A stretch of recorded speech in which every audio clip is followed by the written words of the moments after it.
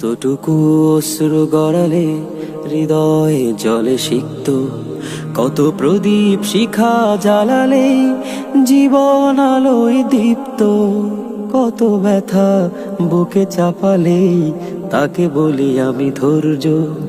নির্মমতা কত দূর হলে জাতি হবে নির্লজ্জ।